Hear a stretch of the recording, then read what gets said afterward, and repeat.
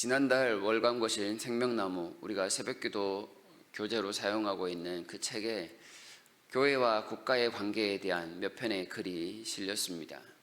교회와 국가와 교회는 가깝기도 하고 멀기도 한 관계라고 할 수 있습니다.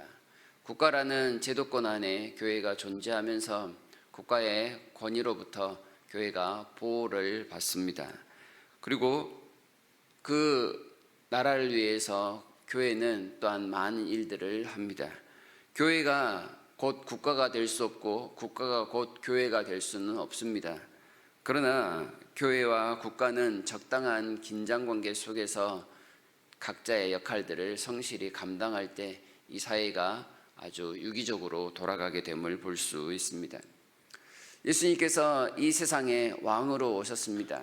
그러나 예수님은 이 세상에서 왕좌의 자리를 차지하려고 하시는 않으셨습니다. 우리가 아는 것처럼 예수님은 가난한 자들, 힘없는 자들, 국가의 제도권 아래에서 소외당하고 있는 사람들을 섬기며 그들의 친구가 되어주시기 위하여 많은 노력을 하셨습니다.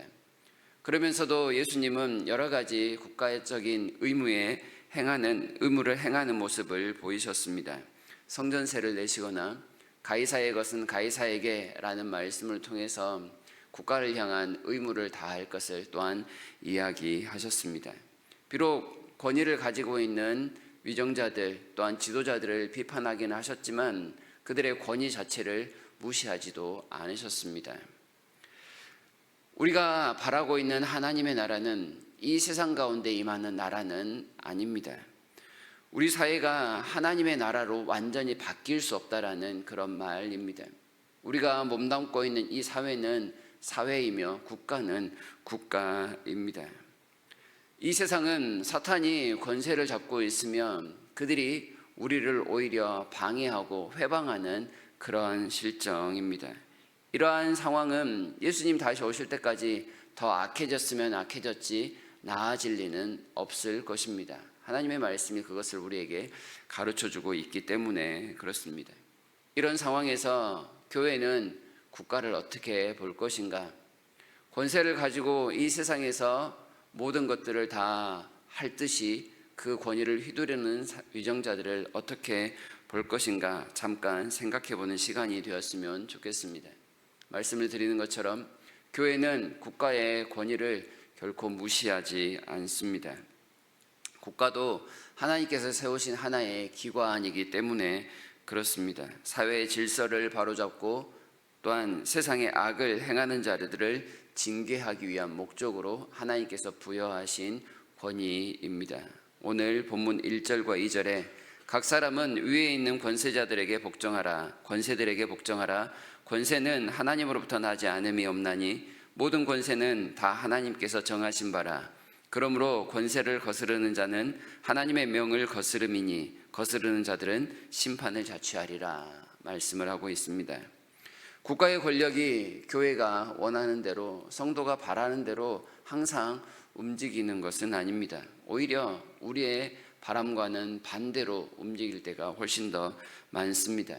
그럼에도 불구하고 하나님을 신뢰하기 때문에 교회와 성도는 권위에 복종할 필요가 있습니다. 그 권위가 너무 크고 무서워서가 아닙니다. 순전히 하나님을 경외하기 때문에 우리 위에 있는 권위에 대해서 존중하며 순종하려고 노력하는 것입니다. 하나님을 경외한다면 세상의 권위의 앞에서도 경외할 수 있고 존중할 수 있는 모습을 따라야 합니다.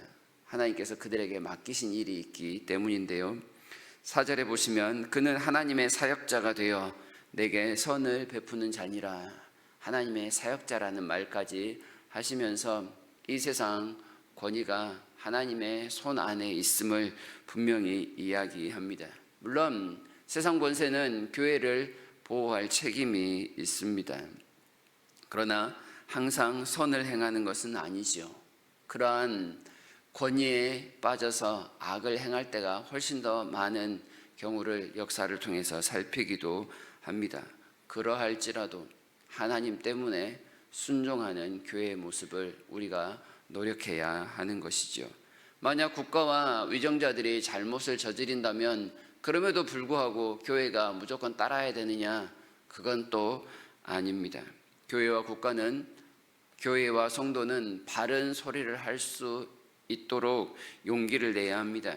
우리가 지난 10월 27일에 서울에서 모였습니다. 그리고 이 세상의 전통과 바른 가치의 수호를 위해서 교회가 소리를 내었습니다.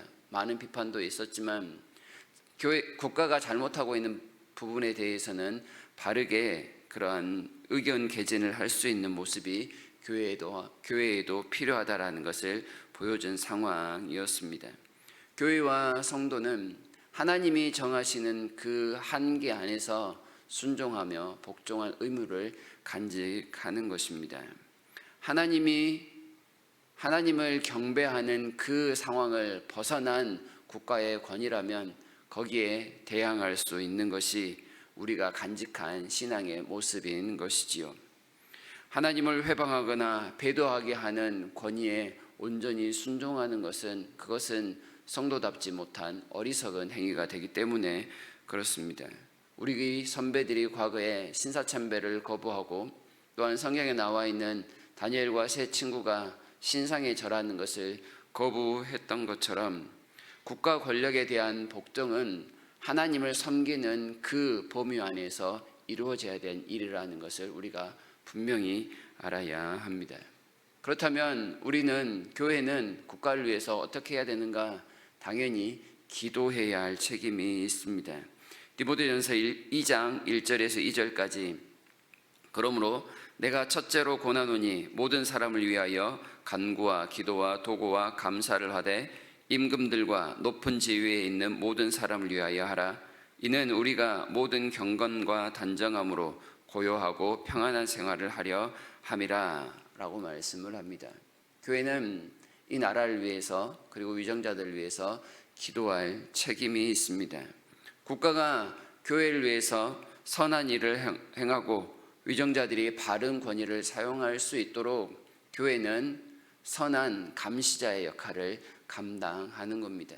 그들 위하여 마음껏 기도하면서 하나님을 두려워하는 나라와 또한 권세자들이 되도록 기도하기를 쉬지 말아야 합니다. 아시는 것처럼 이 나라가 매우 혼란스럽습니다. 이 상황에서 성도는 어떻게 해야 하는가? 일단은 민감한 정치적인 상황 가운데서 잠시 벗어날 필요가 있겠습니다. 교회가 정치적 이슈에 빠지게 되면 거기에 함몰되어 제대로 된 판단을 하지 못하게 되고 성도답지 못한 삶으로 흘러가기가 십상입니다. 물론 마음에 안 드는 일들이 있을 수 있습니다.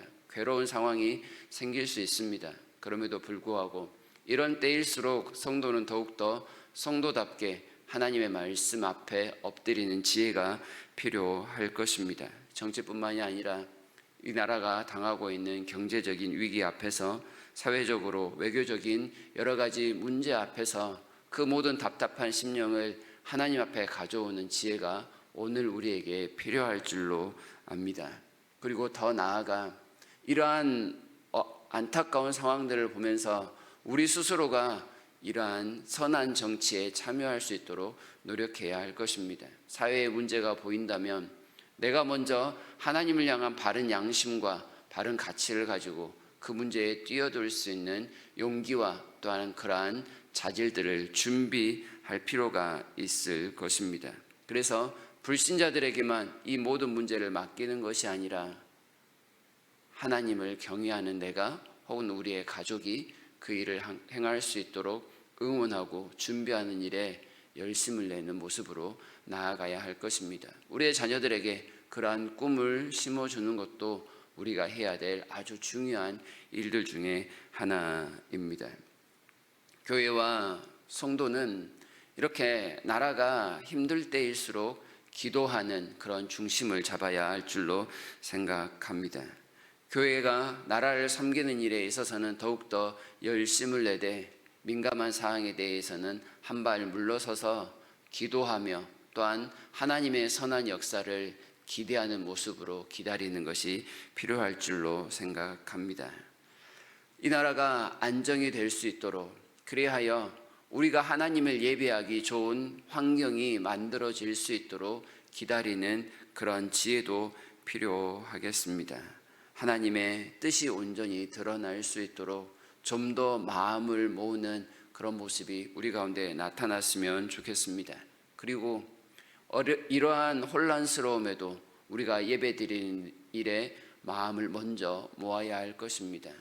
여러 가지 상황에 빠져 우리의 마음이 혼탁한 채 예배 자리에 오는 것이 아니라 한 분 하나님만을 기대함으로 그 하나님이 주시는 평안을 위해서 더욱더 예배를 사모하는 마음이 우리 가운데 나타날 수 있도록 기도하는 이 아침이 되었으면 좋겠습니다. 최선을 다하여 하나님께 예배드리면서 우리가 몸담고 있는 이 나라와 민족을 위해서 마음껏 기도하는 하루가 되었으면 좋겠고, 이런 상황 속에서도 평안을 주신 하나님께 감사하며 더욱더 나라를 위한 의무를 행하는 우리 성도다움을 지켜가는 복된 하루를 보낼 수 있기를 진심으로 바랍니다.